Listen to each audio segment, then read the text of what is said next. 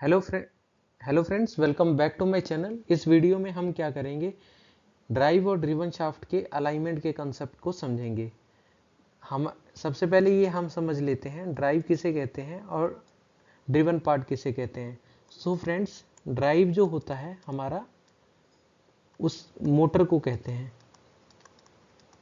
और driven part जो होता है जिसको मोटर चलाती है वो हमारा गियरबॉक्स भी हो सकता है और कोई इक्विपमेंट भी हो सकता है, चाहे ब्लोअर हो, पंप हो और कई इक्विपमेंट। तो सबसे पहले दो तरह के कनेक्शंस होते हैं दोनों के बीच में। एक होता है फ्रेंड्स कनेक्शन टाइप, सबसे पहले हम समझ लेते हैं कौन कौन से टाइप के कनेक्शंस होते हैं। एक हमारा कोलिनियर कनेक्शन होता है, कोलिनियर, जिसमें ड्राइव और ड्रिवन शाफ्ट एक ही लाइन में होते हैं, जैसे कि यहाँ पे आप देख पा रहे हैं दोनों ड्राइव मोटर और पंप कोलिनियर है। और दूसरा क्या होता है, पैरेलल, पैरेलल शाफ्ट, जिसमें ड्राइव और ड्रिवन शाफ्ट क्या होती हैं, पैरेलल होती हैं। जैसा कि आप इस सेकंड फोटो में आप देख पा रहे हैं, ये हमारी फर्स्ट फोटो है। इसमें ड्राइव, ये first shaft, shaft number A, और सेकंड ड्रिवन पार्ट की शाफ्ट हमारी पैरेलल है। तो सबसे पहले फ्रेंड्स इस दोनों तरह की शाफ्ट को हमें अलाइन करना है इक्विपमेंट को चलाने से पहले। क्यों करना है, इक्विपमेंट ताकि डैमेज ना हो, उसकी लाइफ अच्छी मिल सके, इसलिए हमें इनको अलाइन करना जरूरी होता है। तो जैसा कि आप देखेंगे फर्स्ट फोटो में क्या है, जिस पे टिक मार्क लगा है ओके का, इसमें दोनों तरह से एक्सियल और रेडियल दोनों पोजीशन से हमने इसको अलाइन किया है।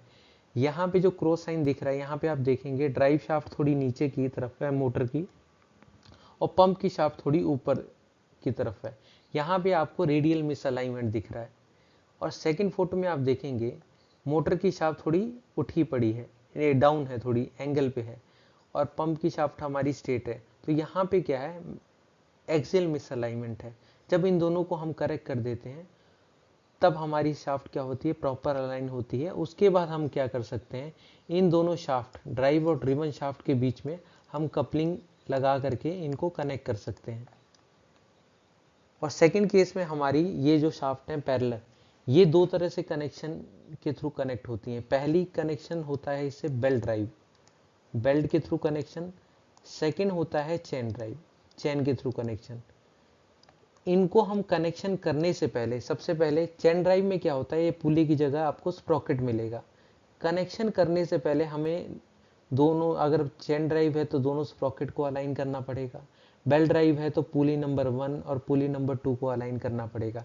इसमें हम कैसे करते हैं, जैसे मान लीजिए ये हमारी जो शाफ्ट है, ये हमारी मोटर की शाफ्ट है। हम क्या करेंगे, एक स्केल लेंगे, उस स्केल को पुल मोटर की शाफ्ट के साथ पूरी तरीके से एकदम चिपका देंगे, मतलब उसके सरफेस के साथ स्टिक कर देंगे।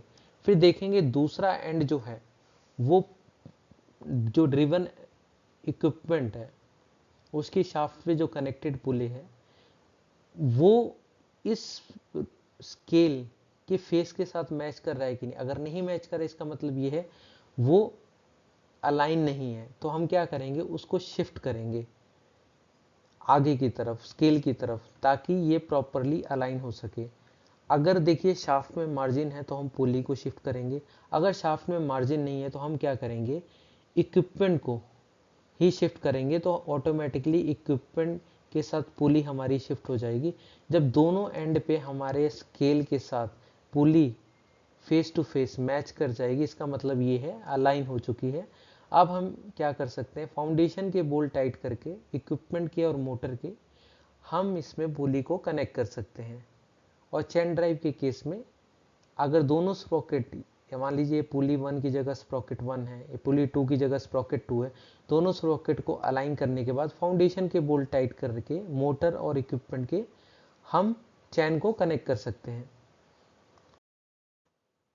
सो फ्रेंड, अलाइनमेंट के लिए कौन कौन से टूल यूज होते हैं, डायल इंडिकेटर यूज होता है। जिस केस में हमें लेजर टूल से करना है तो हमारे पास लेजर अलाइनमेंट टूल होना चाहिए। स्ट्रेट एज और फिलर गेज, फिलर गेज हमें चाहिए गैप को मेजर करने के लिए।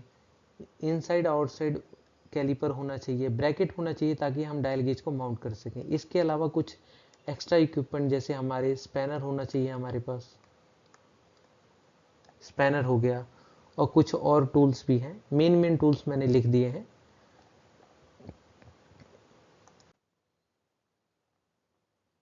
तो फ्रेंड्स, फर्स्ट केस में आप फोटो देख सकते हैं, लेजर अलाइनमेंट टूल लगा हुआ है।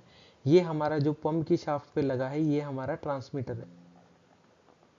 पेन सिलेक्ट कर लेते हैं। ये हमारा क्या है, लेजर ट्रांसमीटर है, ट्रांसमीटर। ये हमारा क्या है, रिसीवर है। यहां से लेजर निकलेंगी और यह इस पे फॉल आउट करेंगी। तो यहां से जिस हाइट से निकली हैं यहाँ पे फॉल करेंगी, तो हमें क्या कवर, इसके रिस्पेक्ट में इसकी पोजीशन मिल जाएगी, कितना ऊपर है, कितना नीचे है, कितना दाएं है, कितना बाएं है। तो हम ये चारों पोजीशंस मिल जाएंगी। हम क्या करेंगे, उसके अकॉर्डिंग, उस पोजीशंस के अकॉर्डिंग हम मोटर की फाउंडेशन, क्योंकि हमने पंप को मास्टर मान लिया है, तो हम मोटर की फाउंडेशन पे क्या करेंगे, सिम लगाएंगे इसकी पोजीशन को एडजस्ट करने के लिए। Axial position, radial position up down, axial position थोड़ी सी लेफ्ट राइट एडजस्ट करने के लिए हम क्या करेंगे, इस मोटर की फाउंडेशन पे सिम लगाएंगे। जब सिम लगाने के बाद हमें 3 पोजीशन पे, एक होता है 0 डिग्री, एक 4 पोजीशन सॉरी, 90 डिग्री, 180 डिग्री और 270 डिग्री, ये चारों पोजीशन पे अगर हमें जो रीडिंग है वो एक्सेप्टेबल लिमिट में मिलती है तो हमारा अलाइनमेंट ओके है, अदरवाइज हमें उसको करेक्ट करना पड़ेगा। मोस्ट ऑफ द केसेस में 0.042 0.06 mm हमारा इतना एक्सेप्टेंस होता है। जब एक्सेप्टेंस लिमिट में आ जाएगा तो आपके ये जो मशीन है, इसका ये जो डिजिटल इंडिकेटर आप देख पा रहे हैं, ये यहाँ पे एक टिक का साइन आ जाएगा, तो उससे आपको पता चल जाएगा ये एक्सेप्टेबल लिमिट है। मोस्ट ऑफ द केसेस में हम कोशिश करते हैं हमारी जो वैल्यू आए 0.04 हमारी मोस्ट फेवरेबल वैल्यू होती है, इससे ज़्यादा हम कोशिश करते हैं ना आए। और जिस केस में हमें डायल गेज यूज़ करना है, हम क्या करते हैं, ये हमारा इक्विपमेंट की शाफ्ट है, ये हमारी शाफ्ट इक्विपमेंट की है, ये हमारी क्या है, मोटर की है। हम क्या करते हैं, एक फ्रेम लगा लिया, उससे हमने 2 गेज लगा लिए, एक रेडियल रीडिंग लेगा, दूसरी हमारी एक्सेल रीडिंग लेगा। जब हम मोटर की शाफ्ट को रोटेट करेंगे तो हम ये चारों पोजीशन पे रीडिंग को चेक करेंगे, उसके कोरस्पॉन्डिंग अगर रीडिंग हमारी अप है, डाउन है, वो हमारी इंडिकेटर में शो होगी। अगर मान लीजिए रीडिंग अप है तो ये प्लंजर हमारा दबेगा, तो हमारी क्लॉकवाइज ये नीडल घूमेगी, कि इसकी हर एक डिवीजन, इसका लीस्ट काउंट 0.01 mm होता है।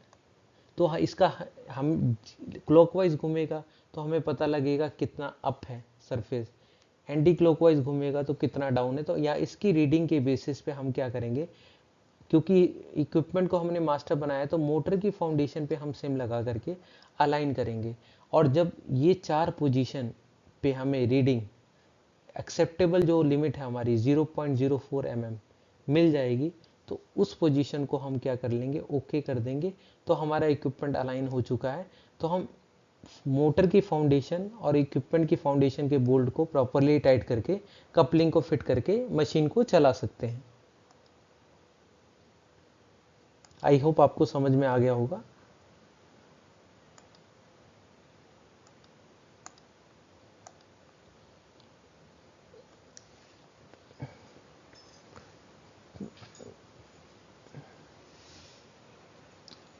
और अगर फ्रेंड्स, अगर हम अलाइनमेंट प्रॉपर नहीं करते हैं तो क्या क्या इशू आ सकते हैं, ये आने वाली स्लाइड में हम पढ़ेंगे।